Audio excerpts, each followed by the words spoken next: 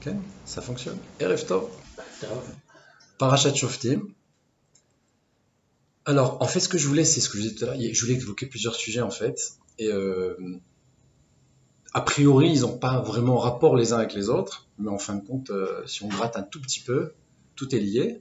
Et on va les expliquer chacun dans leur registre, chacun dans leur ordre. Puis on va se rendre compte à la fin que tout est lié, tout est attaché. Et on va se rendre compte que tout ce qu'on va évoquer ici, ben, c'est un seul et même sujet. On va le comprendre. Comme on dit, la fin est reliée au début. Même si je fais ce petit préambule, vous allez comprendre à la fin pourquoi on dit tout ça. Le premier point que je voulais évoquer, c'est un fameux Hayom Yom qui est le suivant. On va le lire. Et il est comme ça. On dit dans la Yom Yom, on dit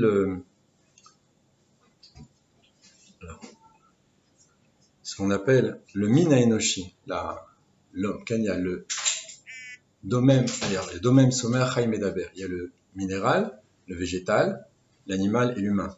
Au niveau de l'humain, okay, ce qu'on appelle Enosh, qu'on appelle l'homme, eh bien, ça correspond à 4 degrés. C'est quoi ces 4 degrés? À ce qu'on appelle Adam, Ish, Gever, Enosh. On en a déjà parlé une fois. On va le réévoquer maintenant ici. On va comprendre beaucoup mieux de quoi il s'agit dans quelques instants. Pourquoi? Parce qu'il nous dit la chose suivante. Il nous dit, je vais vous le lire, ce sera plus simple. C'est en direct, hein, c'est comme ça en direct, il y a toujours des décalages. Alors il dit, Bemalat Mina Enoshi. Je lis le texte d'abord et puis après on va l'expliquer. Yeshnam Arba'a Toarim. Il y a 4 définitions, 4 appellations. Adam, bon, Adam, on connaît. Malat Amochin Vasechel, ça correspond à la grandeur au niveau de l'intellect, celui qui comprend profondément. Ish, Malat Alev Midot, Ish, ça correspond à celui qui a un cœur, celui qui a des midot. Enosh, le troisième nom qui définit l'homme, Achelishut Bechan Mehem Besechel Obemidot Obeshtem, c'est celui qui est faible dans ou l'intellect ou dans les sentiments, ou dans les deux à la fois. Donc c'est le plus bas, entre guillemets. Hein. Gever, quatrième nom, mitgaber alatzmo leasir ameniot veikuvim leasig achat maalot obesechel obemidot. C'est lui qui se renforce sur, donc mitgaber, il arrive à surmonter ce qui peut l'empêcher, ce qui peut le déranger pour atteindre les degrés élevés ou dans l'intellect, donc de Adam, ou dans les midot, donc de Ish. Aïnou de gever osek im a enosh le agbio le malat Ish ou Adam, c'est-à-dire que le gever aide celui qui est appelé Enosh, qui est le plus bas, qui n'a rien, pour l'élever au niveau de Ish, donc de l'homme qui a des midot, au les Adam, celui qui a le sechel, l'intellect. Mais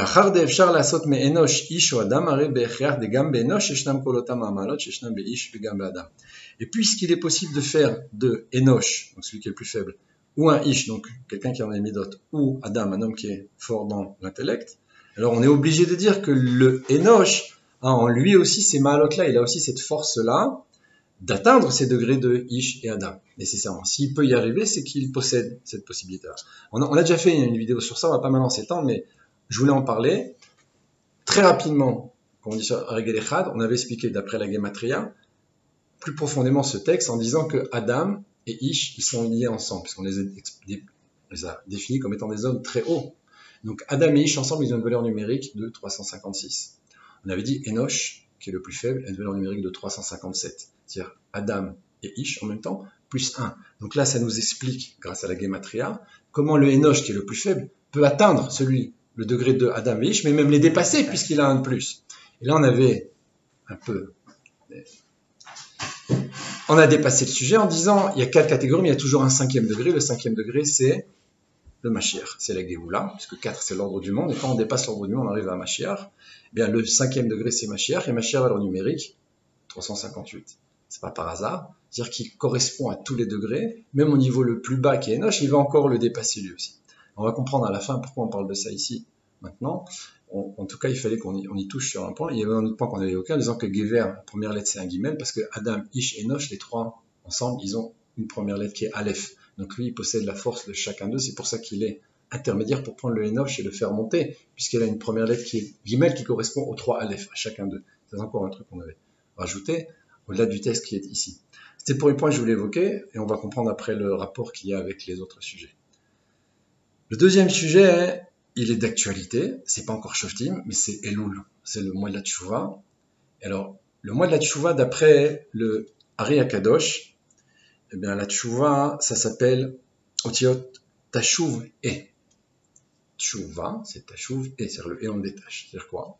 C'est-à-dire qu'il te dit le He final, dans ce nom de Yutke Vavke, eh bien, je le ramène. On l'a perdu quelque part en route, il nous a manqué, puis maintenant on va le rebrancher avec les 3 premières lettres.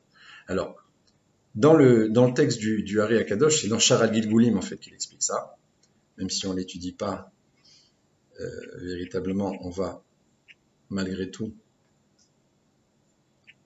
y toucher un petit peu en parlant comme ça rapidement.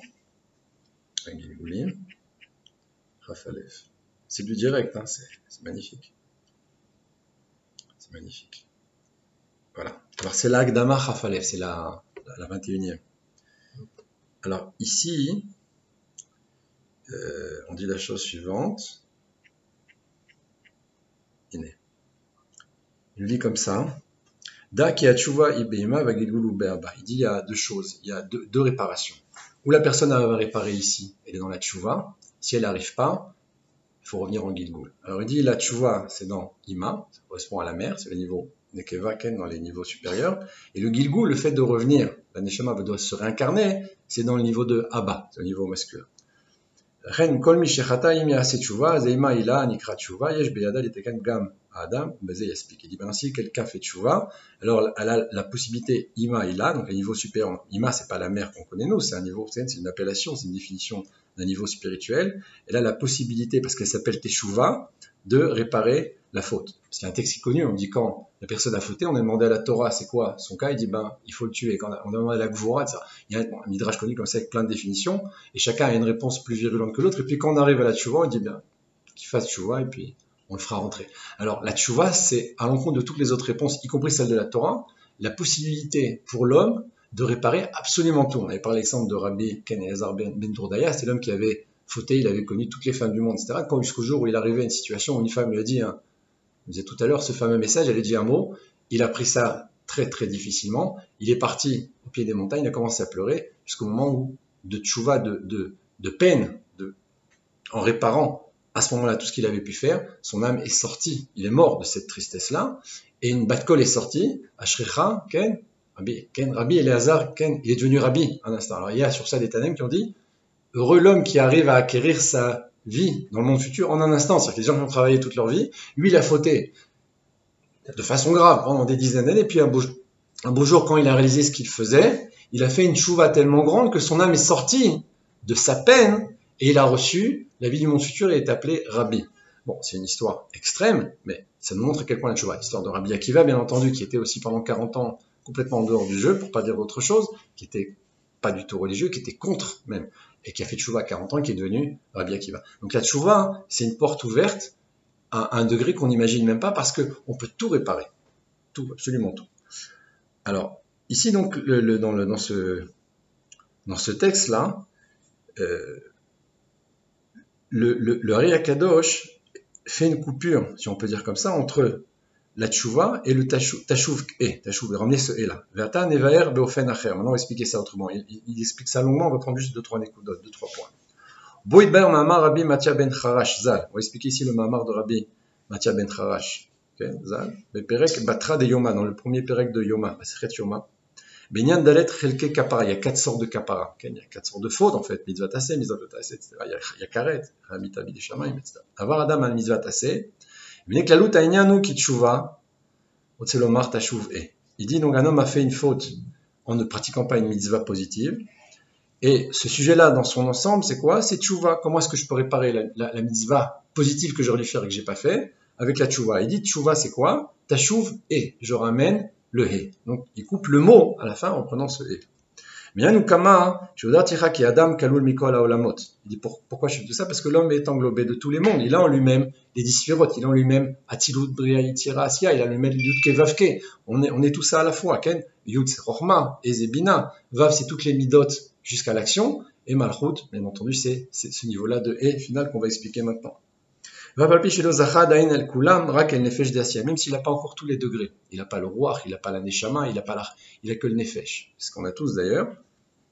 Im kolze mouchan ou les kabel et kulam les sheitaken maasav. Il a malgré tout la possibilité d'atteindre des degrés beaucoup plus hauts lorsqu'il réparera ses actions. Zetaloui, beyada adam, mais ça dépend de son travail. Kefi maasav karyasik metira, selon ses actions comme ça aussi pour atteindre Yetira. Omi bria, omi atzilut, donc s'élever du monde de Asiya à celui de Yetira, puis à celui de Bria, celui d'Atzilut, c'est-à-dire recevoir le nefesh, le roi, la neshama, chaya, etc. Vezes sod pasuk vayetzer ruach adam bekirbo. Ça c'est le secret du verset qui dit il a donc créé le roi de l'homme en lui. Shamur Razal, Shanefesh el Adam, Nidgelet Biyot Betocho, c'est-à-dire que l'âme de l'homme va grandir, et il va atteindre non plus seulement le Nefesh, mais il va recevoir également le roi, qui est un degré supérieur, qui est un degré très haut, Agav. C'est pas simple, on l'a pas. Celui qui le reçoit, il est au courant, il le sait, dès qu'il étudie un sujet de Torah, par exemple, un exemple, il va le retenir, il n'oubliera pas tout ce qu'il va étudier. Il va apprendre 1000 pages, il va retenir 1000 pages, il va ressentir des choses. Roi, c'est le degré au-dessus du Nefesh qu'on a tous. Ça n'a pas l'air, mais c'est énorme. On ne parle pas de Neshama, on ne parle que de roi. Il y a malgré toute une grande différence entre celui-là et celui-là, c'est pour ça qu'il dit ça ici, même si on donne un petit exemple, on comprend très bien que roi c'est quelque chose de très différent. Là,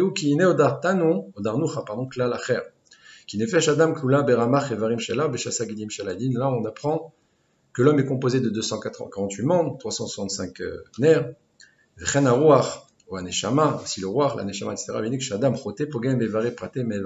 lorsque l'homme faute dans une mitzvah, puisqu'il y a 613 mitzvot, c'est ce qu'il nous dit ici, 248 membres, 365 nerfs, quand il fait une avera, il esquinte que Dieu préserve un des 248 ou des 365. Au roi, ou un neshama, donc, ou dans le nefesh, ou dans le roi, ou dans le neshama. Bon, ensuite, il va enchaîner sur ça en expliquant que selon la grandeur de l'homme, plus l'homme est grand, plus la faute, selon la grandeur de l'homme, le Yetzer aussi est plus grand. Plus l'homme est grand, plus la faute qu'il va faire va toucher quelque chose de profond. C'est-à-dire, s'il a une neshama plus clalite, plus générale, cet homme-là, si l'homme fait une faute, il va entacher le peuple juif tout entier, même si chaque juif qui fait une faute va entacher. Mais chez lui, ça a encore une autre dimension, parce qu'il représente plus d'âme. S'il a aussi le roi ou la neshama, de la même façon, quand il va faire une faute, il va pas seulement entacher le nefesh, il va entacher aussi le roi, il va entacher aussi la neshama. Selon le degré de la faute qu'il va faire, si c'est bizatasé, lotasé, karet, etc., là aussi il va. Donc c'est-à-dire que chaque étape, chaque degré de la faute va avoir des répercussions, pas dire à l'infini, mais de façon disproportionnée en fonction de ce qu'il est. Si un homme simple ou un grand rave, s'il a un nefesh ou le roi, s'il a fait une avera comme ça ou une autre. Alors là, pourquoi on parle de tout ça, vous avez peut-être commencé à saisir, c'est qu'on a ici un fil conducteur qui sont ces 4 lettres là, du Yud Ke Vav Ke, comme on a 4 catégories d'hommes. Alors, ce que je voulais dire en fait ici, je ne suis pas entré dans tout le texte parce qu'il développe là-bas largement le sujet, et l'Admon Razaka le reprend dans le Tanya, c'est une note de Shuvah, c'est Tashuv E. Alors, je ne sais pas si vous saisissez ici, mais s'il faut ramener le E, ça veut dire que chacun de nous a le Yud Ke Vav, il a les 3 premières lettres, il lui manque le E. Dans l'idée, c'est pas ce qui est marqué là, mais c'est ça. Chaque sphira, d'après la Kabbalah et la Chassidut, représente 3 lettres. C'est-à-dire que Chesed, c'est Yud Ke Vav. Okay? Netzar, c'est Yud Vav Ke. C'est des agencements de ces 3 lettres-là. Okay? Et ainsi de suite, comme ça. Vura, Ke Vav Yud, okay? C'est le He après le Vav et le Yud, etc. Donc, selon la sphira, il y a un agencement de ces 3 lettres. C'est-à-dire qu'on a toujours dans chaque sphira 3 lettres, pas plus. Maintenant, si je fais Tchouva, je ramène le dernier He à ces 3 lettres-là. Ça veut dire que j'amène la Malchut, je la rajoute aux 3 lettres que j'ai présentement. Si on extrapole encore un petit peu, et qu'on comprend ce que c'est que la Malchut, on comprend ce que c'est par rapport au nom de Dieu, c'est-à-dire que la première lettre, on a dit c'est Yud, après E, puis le Vav et le E, ça correspond au nom de Av, Sagma et Ben. On ne va pas maintenant rentrer dans le détail, mais la façon d'écrire le nom de Yud Ke Vav Ke, il a à chaque fois un agencement différent. Dans le remplissage des lettres, on va obtenir une Gematria différente. Le dernier nom qui correspond au He final, on dit c'est un nom qui est double, ça correspond au Mashiach. C'est connu, c'est pas shoot, puisque ce dernier degré, la dernière lettre, correspond à la Malchut. Or, la Malchut absolue, c'est David, la Malchut, c'est Mashiach. C'est pas shoot, c'est clair, c'est pas une extrapolation. Donc ça veut dire que si je fais Tchouva, je ramène ici le niveau de Mashiach, je ramène ici le niveau de la Malchut, dans les 3 autres lettres. Je complète absolument tout. Ça veut dire que si mon objectif, en essayant d'aller un peu plus loin et un peu plus vite, sans rentrer dans tous les détails, si mon objectif, c'est pas seulement d'étudier, c'est pas seulement de faire Torah mitzvot, ce qui est déjà très bien, Ken. On n'est plus maintenant dans la carrière, on n'est pas maintenant dans l'argent, on n'est pas, Ken. Il y a beaucoup de gens qui ont beaucoup d'objectifs qui ne sont pas nécessairement au top par rapport à ce qu'on demande d'un juif, puisqu'on a dit dans Shulchan tout à l'heure, le but de l'avenue de l'homme sur terre, c'est Torah mitzvot. Donc on peut avoir 1 milliard d'objectifs dans la vie, mais quelqu'un qui a un sechel, un peu plus fin, un peu plus profond. Il va chercher quelque chose de plus fort, quelque chose de plus vrai. Il va aller à l'essentiel. Il ne va pas rechercher le yud, qui est Rochma, le bet, le he, qui est bina, le vav, qui sont les midot et l'action, etc. Il va rechercher le he, il va rechercher le dernier niveau, qui est la malchut. Donc, ce qu'il va vouloir faire, c'est amener le Mashiach. Il va vouloir le dévoiler. Et si ce qu'il recherche, c'est la Géoula, eh bien, il recherche à dévoiler Dieu dans le monde. Or, c'est ce que Dieu a voulu dès le départ, quand il a créé le monde. Il y avait le Gan Eden. La vie était une vie éternelle. Il était dévoilé totalement. Dieu était présent. Il parlait avec Adam, comme il parle d'ailleurs avec Noach, etc. Puis, au fur et à mesure, les choses sont un petit peu, okay. Puis, on est arrivé à une situation où aujourd'hui, on est en galoute, on est des esclaves, entre guillemets, okay, on est Chourbanim, et on vit tranquillement avec ça. Okay. Chacun à son degré. Je ne fais pas de généralité. Il y a des gens qui sûrement veulent plus, d'autres moins, qui sont conscients, d'autres. Mais de façon globale, on s'habitue à notre obscurité, on s'habitue à notre vie. Donc, nos objectifs peuvent être très élevés, mais ce n'est pas l'objectif. L'objectif, le vrai, c'est d'amener le Mashiach. Donc, si ce que je veux faire, moi, c'est ramener le He au Yud Kevav, c'est compléter ma sphère. J'ai une couleur, je suis Chesed, je suis Gvura, je peux même deux sphérotes mélanger, 3, hein, mais je reste une sphère qui est un peu bancale, qui est un peu, okay, on est lésé, il nous manque, on est amputé de ce He-là. Donc quand je fais Teshuvah, quand je fais ce Tashuv, et je ramène ce He-là qui est la Malchut, eh bien je reviens à la situation première qui était le dévoilement d'Adam Rishon qui correspond au Keter. Keter, c'est la couronne. Malchut, on l'avait expliqué, c'est le niveau le plus bas. Or, on avait dit Malchut Ra, Malchut Kololamim. C'est bon, vous êtes avec moi, vous le suivez. La Malchut de ce monde-là, c'est la Malchut de tous les mondes. Mais ce qui est le niveau de Malchut dans le monde de Hatzilut, le niveau le plus bas, devient le Keter dans le monde de Bria. C'est-à-dire que le niveau le plus bas d'un monde devient le niveau le plus haut du monde qui va suivre. Donc si j'arrive à ramener chez moi ce He-là qui est la Malchut, et que j'arrive à le brancher, si on peut dire comme ça, à son niveau premier, à son niveau antérieur, puisque la fin est reliée au début, je le relie au Keter. Keter, c'est Adam Arishon. Je ramène David Malka Meshicha, qui reçoit sa vie lui-même de Adam, et je les lie l'un avec l'autre. Donc je dévoile le dernier homme qui va réparer le premier, et toute l'humanité en même temps. Donc ça veut dire que je vais chercher à faire le Tashuv He, de ramener le dernier He aux 3 premières lettres, à toutes ces étapes-là, tout ce qu'on peut vivre en recherchant quelque chose de plus haut. Ça, c'était le deuxième point que je voulais évoquer. Encore une fois, Régal et Chad, on n'est pas rentré dans tous les détails, mais c'était l'idée. Le troisième sujet que je voulais évoquer, après on va lier tout ça ensemble parce que rien n'est séparé. Dans la Torah, tout est lié. On va voir à quel point c'est vrai. Le troisième sujet, c'est la parashat Shoftim. On y arrive. C'est la parashat de cette semaine. Et on va voir que les 3 niveaux de tzadikim qu'on connaît tous maintenant parfaitement, tout le monde connaît par cœur, ce fameux 515, se trouve également dans notre parashat. Vous allez voir à quel point la Torah est précise, à quel point c'est vrai. Si c'est possible d'avoir Birshutchem Chumash Dvarim, ça sera magnifique. Je l'ai pas pris avec moi.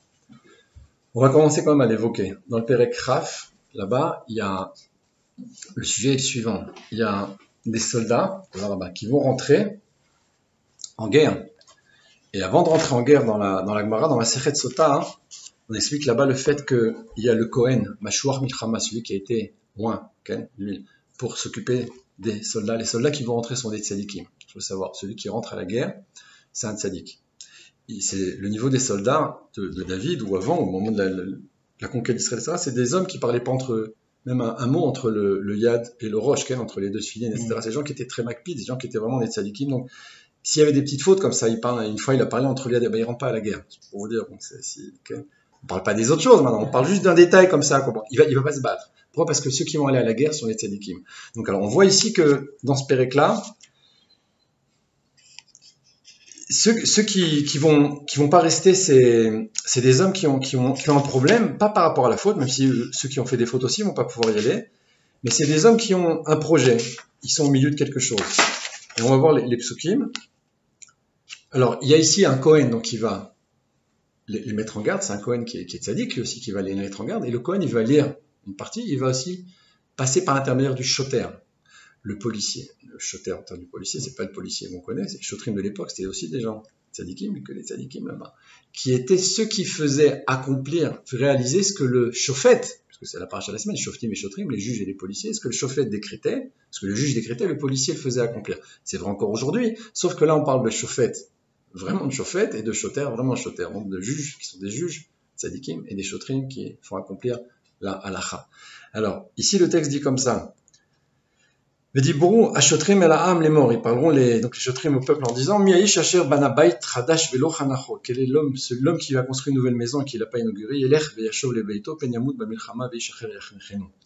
Il faudra qu'il retourne dans sa maison de peur qu'il meure à la guerre et qu'un autre homme inaugure la maison à sa place.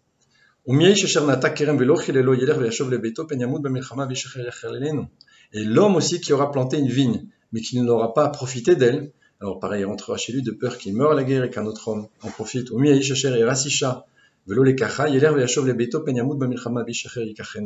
Et quel est l'homme qui va se fiancer à une femme et qui n'est pas encore marié avec elle, qui n'a pas encore connu, il rentrera chez lui pour la même raison, de peur qu'il meure à la guerre et qu'un autre homme le prenne. Et à suite, il y a ici trois cas, il y a un quatrième cas qui est l'homme qui a fauté vraiment. Celui qui a fauté, il ne peut pas partir à la guerre. Maintenant, la Gemara, là-bas, le Rambam explique ça largement en disant que pour pas que celui qui a fauté ait honte, alors il y a un groupe d'hommes qui vont se lever. Ces hommes-là qui vont se lever, il y en a qui sont fiancés, il y en a qui ont construit une maison, il y en a qui ont fauté. On ne sait pas qui est le fauteur. Il y a quelque chose de très, très, très sain ici, quelque chose de très pudique, parce que celui qui va partir, on ne sait pas si c'est pour une bonne ou une mauvaise raison. Tous ces hommes-là se lèvent. C'est magnifique, c'est un message très très beau que la Torah nous donne ici, à la derrière. Ah, maintenant, là où c'est intéressant, c'est que le mot choter en hébreu, il a une valeur numérique de 515. Incroyable, c'est un chiffre qu'on a déjà vu. Choter écrit avec le Vav, 515. Pourquoi c'est intéressant? Pourquoi ça nous interpelle? On trouve partout 515, mais là ça va plus loin parce que le premier homme dont on parle qui a préparé une maison mais qui ne l'a pas inaugurée, c'est David Améler. Il a fait tous les plans pour construire le Beth Amikdash, mais il l'a pas construit. Beit Radash, c'est le premier Beth Amikdash, c'est son fils qui va construire de lui, il dit, t'as trop de sang sur les mains. Le deuxième qui est celui qui a préparé la vigne, qui a planté la vigne mais qui n'en profite pas, c'est Moshe Rabbeinu. Vayamim, Yemé Bikuré Anavim, parce qu'il est arrivé à la frontière et ces jours-là, c'est les jours où le raisin est en train de pousser. Et il voit ces explorateurs qui reviennent avec les raisins d'Eretz Israël. Et c'est marqué dans la même Masechet Sota que Moshe Rabbeinu veut rentrer en Israël. Pourquoi? Une des raisons, la raison qui est évoquée là-bas en tout cas, c'est pour pouvoir accomplir les mitzvot qui sont liés avec la terre. Maaser, Trumot, etc., marcher sur la terre. Tous ces mitzvot-là, au niveau de Moshe Rabbeinu, je ne sais pas ce que c'est, mais certainement beaucoup plus fort. Nous, à notre niveau, on vit ça avec une intensité relative, chacun à son degré. Imaginez au niveau, tentez d'imaginer au niveau de Moshe Rabbeinu ce que ça peut vouloir dire. Or, lui voulait rentrer pour accomplir ses mitzvot, il n'a pas mérité. Il y a des raisons, on ne va pas les évoquer maintenant, c'est pas le sujet aujourd'hui, mais il y a quelque chose qui lui manque là-bas. La façon que David lui manque la construction du Beth Amikdash pour Moshe, c'est l'entrée en Israël. Donc il a vu ses raisins revenir, il les voit passer devant lui, mais il ne pourra pas rentrer là-bas. Il y a sur ça d'autres explications. Une des explications, c'est que Moshe, la façon que David, c'est Adam Arishon, David, c'est le dernier homme, c'est Mashiach. Moshe, c'est le premier. Il va recevoir 70 ans de vie par Adam Arishon. Moshe, c'est Noach. Or, Noach, dans quoi il faute? Dans quoi il tombe? Dans le vin. Il a planté la vigne, il a bu, etc. Moshe vient le réparer. Donc tout, on a dit, il répare complètement. 120 ans de vie, 120 ans de construction de l'arche, etc. Le Ornevo, Gematria, Noach. On a déjà parlé de tout ça longuement. Quand il va venir maintenant, Moshe, il va réparer Noach qui a, ou Pagam, Vayain, il a fauté à cause du vin. Donc, le vin, c'est Moshe. Il y a encore une autre explication que j'avais vue, à la derrière, comme ça, juste pour comprendre un petit peu en quoi c'est vrai que Moshe c'est là. C'est qu'il y a marqué que l'Atilavo, Dieu, il fera une Séouda pour les tzadikim. Quand Mashiach viendra, il proposera à chacun de faire le kiddush. Alors, cette Séouda, il y aura ce qu'on appelle le or à Léviathan, la viande du Léviathan, et le or de. Ken or à Léviathan, mais le Shorabar, aussi, le fameux taureau, Ken sauvage, et le Yain Ameshuma. Il y a trois choses là-bas dans cette Séouda. Et le vin qui est gardé depuis Maaseh Bereshit. Alors, on fera d'ailleurs une souka de cette peau du Léviathan. Alors, la souka, c'est quoi? C'est David. Ahamanu Yakim Lanu, et Soukat, David Anofelet. C'est souka qu'on va rétablir. C'est le Beth Amikdash, justement. C'est quoi la souka? C'est le Beth Amikdash dans le texte là-bas. Donc, c'est David. Le Shorabar, c'est qui le Shor dans la Torah? C'est Yosef. C'est comme ça qu'on l'appelle. Okay, donc là, on voit ici deuxième. Le vin, on vient l'expliquer maintenant, c'est Moshe Rabbeinu. Pourquoi il est gardé depuis Maaseh Bereshit? Parce que le roi Elokim Elchefet Apnamaim, il existe depuis la création du monde, ce Mashiach-là, ce libérateur. Donc on voit ici les trois tzadikim, on voit ici que le raisin, la derrière, le vin, c'est Moshe. Donc on voit ici le deuxième pasouk. Le troisième pasouk, quel est l'homme qui s'est fiancé mais qui ne s'est pas marié? C'est Yosef, un tzadik, qui a failli être avec cette femme, Shtoshel Poutifar, qui était loin d'être bête, qui a vu dans les astres qu'il allait avoir un enfant avec elle, et s'est juste trompé dans sa lecture, comme souvent on en a déjà parlé, c'est qu'en fait elle va adopter une fille qui est Osnat, qui est la nièce de Yosef, et il va, effectivement, on est deux fils, Ephraim et Menaché, c'est deux tzadikim, par elle, dans sa maison, mais c'est pas elle-même, c'est sa fille adoptive qui va amener ces enfants-là. Donc elle a fait une erreur là-bas dans sa lecture des astres. Donc l'homme qui a failli prendre une femme mais qui n'est pas allé avec elle, c'est Yosef Hatzadik. Donc on voit ici nos 3 niveaux de tzadikim. Et là on voit que le mot Shoter, qui est le valeur numérique de 515, c'est la même valeur numérique que Yosef, Moshe et David. Très exactement, puisqu'ils sont là les 3. Là où c'est encore plus beau, c'est que on te dit, mais de peur qu'un autre homme va venir. Pourquoi Ishacher? C'est quoi Acher? C'est Sitra Achara. C'est l'homme qui vient de l'autre côté. On a une grande peur. Ça s'est passé déjà. La preuve en est, c'est qu'ils n'ont pas réussi à se dévoiler. Que l'autre côté empêche que Dieu préserve la Géoula. On voit aujourd'hui, sur le Harabaït, on n'est pas Cholette. Qu'est-ce qui est installé là-bas? C'est les dessins d'Akadosh Baruch Hu. Alors on voit que celui qui s'est installé, c'est Ishacher. C'est la maison. C'est notre maison, c'est Beth Amikdash. On n'est pas propriétaire. Tu vois qu'Israël, Ken, de la même façon, on est là, on est installé, on est revenu, mais c'est pas du 100%. Des menaces. C'est constant. Donc tu vois que, Ken, on ne parle pas maintenant des filles d'Israël, où là aussi il y a des tentatives, et malheureusement même souvent, il y a des associations pour ça, pour sortir les filles juives qui tombent, même si on parle ici à un niveau très chitri, très, très concret, au niveau spirituel, c'est exactement la même chose. Par rapport au Mashiach, il y a une tentative d'empêcher que Dieu préserve par rapport à l'autre côté, que ça se dévoile. Donc tu vois qu'à chaque fois, il dit Pen Yamud Bamilchama, de peur qu'il meure dans la guerre. Or, que dit le Rambam dans les Chot Melachim ou Milchamotem, dans les lois des rois, que si un homme de la maison de David, Tzadik, au Gebetorah Bemitzvot, il donne tous les clés, mais qu'il est tué dans la guerre, alors il dit c'était un homme kasher qui était le Mashiach, mais il n'a pas réussi jusqu'au bout. C'est le texte, c'est la halakha du Rambam. Donc tu vois ici qu'il y a une possibilité, d'ailleurs on parle de Mashiach Ben Yosef qui va être tué, etc. C'est l'opashout, faut pas croire que Mashiach c'est comme ça, il vient en 2 ans. Allez, vaille. Il y a des difficultés, il y a des empêchements. Le verset, il te l'évoque ici de façon très précise, en rémès, c'est bon en allusion, mais tout est dit là-bas. Donc tout ce texte-là nous parle de Shoter 515, Yosef Moshe David, on l'a vu. Maintenant, quel lien entre nos 3 sujets? Il est très simple. Les 4 noms qu'on a donnés tout à l'heure, ces 4 degrés qu'on a dit de Ish et Adam, c'est les 2 premiers niveaux, qui sont Adam, Arishon et Noach, qui correspondent à David et à Moshe en parallèle. Puis vient ensuite le Enoch, celui qui est le plus faible, qui correspond quelque part donc au niveau Ken, du 3e degré qui est, on a dit donc Adam, c'est David, Noach, c'est Moshe, on a ensuite Yosef, celui qui se renforce, lui de Gaber, Ken, il a réussi à se renforcer. Donc on a ici l'allusion en 3. Le 4e nom, qui est celui donc du Mashiach, devient pour nous là-bas le 5e, parce que même si le Geber en vérité il n'intervient pas vraiment, le Geber on l'a dit il est là juste pour faire renforcer le Enoch pour devenir Ken. On a vu la Gematria de Ish et Adam en même temps 356, 357 Enoch, 358 Mashiach. Donc on voit ici le lien des 4 lettres, puisque c'est les 4 noms, et puis le 5e qui est le Kotso Shel Yud, ce fameux E que j'arrive à faire remonter à la source, c'est exactement le même sujet qu'on retrouve ici, exactement aussi dans le sujet de Elul, puisqu'on a dit Tashuv E, c'est ramener à chaque niveau le E au Yud, le E au E, etc., à chaque degré. Et de la même façon qu'on fait ça ici, on arrive aussi à la quadrature, si on peut dire, en rajoutant le E, avoir l'image totale du Yud Kevavke, et alors à ce moment-là brille le niveau le plus haut, puisque j'ai réussi à ramener le niveau le plus bas, qui est le E, qui correspond à la Malchut, au Mashiach, pour révéler le degré premier de Keter, qui est celui d'Adam Arishon. Donc on voit encore ce sujet qui revient. Bien entendu, chez nous, ici, encore une fois, ces 3 hommes qui vont partir à la guerre, qui vont devoir sortir, qui sont Yosef, Moshe et David, de peur qu'ils meurent, mais il y a encore un 4e degré, qui est le Mashiach, qui correspond aux 3, la foi, qui les couronne, qui les complémente, et qui dévoilera ce qu'eux n'ont pas réussi à faire, qui entrera en Israël.